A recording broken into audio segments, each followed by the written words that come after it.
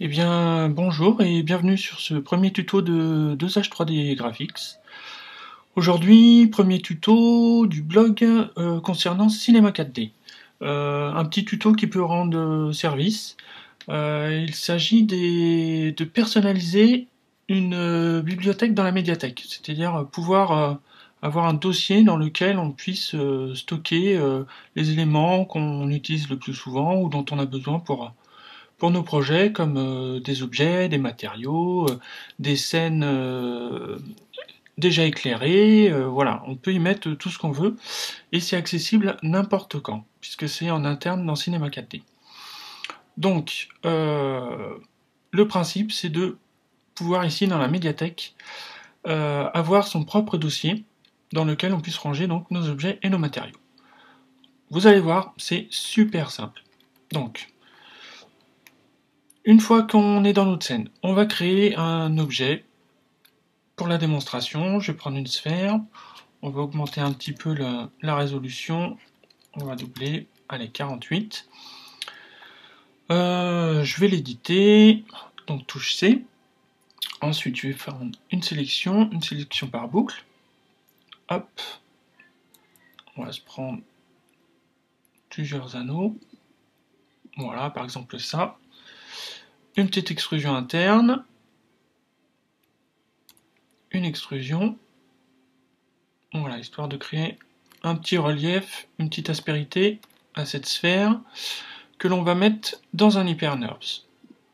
Donc voilà, on se retrouve avec notre objet ici qui va nous servir à créer notre bibliothèque, parce qu'on ne peut pas la créer comme ça par défaut, manuellement, il faut au moins créer un objet pour créer notre future bibliothèque. Donc, on a notre objet, on le sélectionne, on va ici dans Fichier, enregistrer le pré-réglage d'objet. Une fois cliqué, il nous demande de lui attribuer un nom, donc on peut l'appeler base sphère. Je clique sur OK. Et maintenant, on va dans l'onglet médiathèque. Et dans les pré-réglages, on va regarder, il y a un nouveau dossier qui s'est créé, qui est le dossier user. Donc c'est notre dossier par défaut.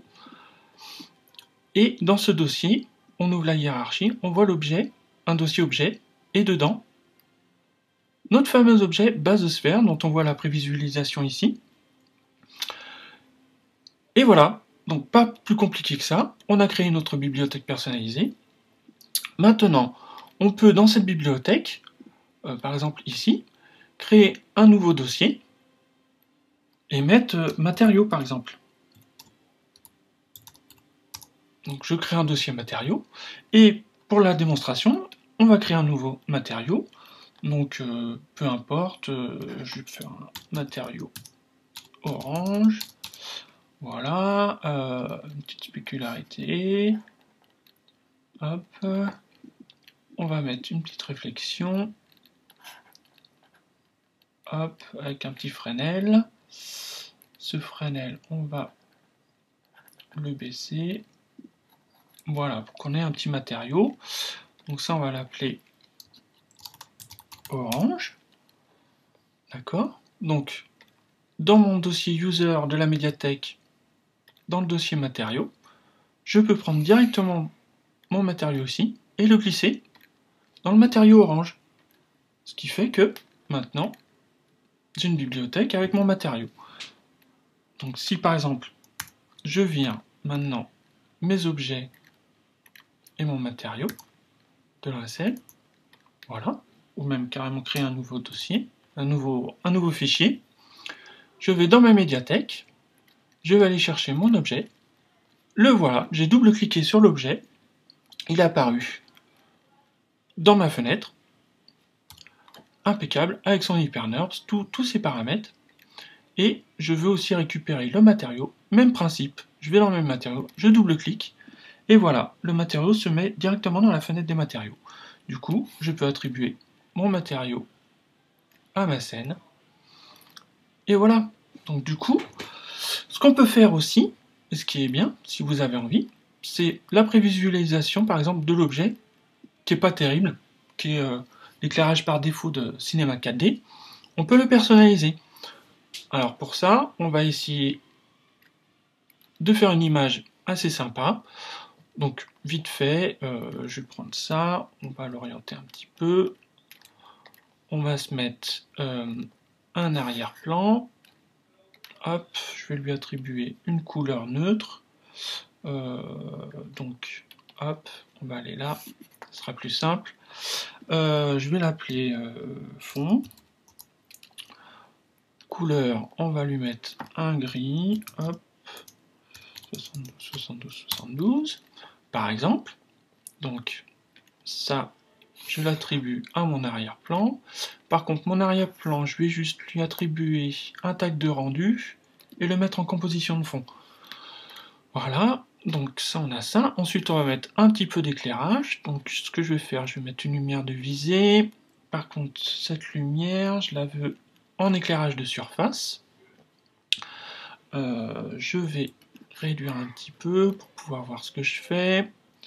Donc ça, on va la baisser un petit peu, la rapprocher, la tourner un petit peu. Voilà, je vais essayer de la mettre en place. Vite fait, ok. Donc ça, et puis je vais la dupliquer, on va en mettre une derrière. Donc ça, pareil, hop, je la retourne. On la met plus par là. Voilà. On va se mettre sur l'objet. Clac. On va se mettre une zone de rendu interactif pour voir ce que ça donne. Voilà, par exemple, très bien. Je me dis que ça me convient. Je vais juste éclairer un petit peu plus la partie de devant. 125. Très bien. Donc voilà, on se dit que ça peut être mon image de prévisualisation. Donc je vais masquer ça. On va dans les paramètres. En sortie, on va se faire un 512 par 512 pixels. D'accord. Du coup, on recadre notre image en fonction de notre besoin. Voilà. Et ben on va lancer un rendu. Voilà. Donc j'ai mon rendu. L'image, je vais l'enregistrer sous. Alors, peu importe, en TIFF, en JPEG, hein, ce que vous voulez. OK. Et je vais le mettre dans le bureau. On va l'appeler icône sphère. Hop. Du coup, j'ai mon image. Je ferme ça. Je retourne dans la médiathèque. Je sélectionne mon objet base sphère. Je fais un CTRL-clic et je fais définir l'icône d'aperçu ici. Donc je clique dessus et je vais chercher mon image, icône sphère, ouvrir, et voilà. Et du coup, maintenant, quand je clique sur mon objet, j'ai l'icône personnalisée. Et ça, c'est assez pratique et c'est un bon moyen de pouvoir se faire une belle bibliothèque qui est accessible tout le temps. Et voilà, et qui peut vous permettre de gagner pas mal de temps dans votre façon de travailler. Donc voilà, j'espère que ce tuto vous a plu et qui vous a appris quelque chose. Et voilà, j'espère pouvoir vous en faire plein d'autres. Et voilà, donc si vous aimez, n'hésitez pas à liker, à tweeter, ce serait génial. Et puis à bientôt pour un prochain tuto. Au revoir.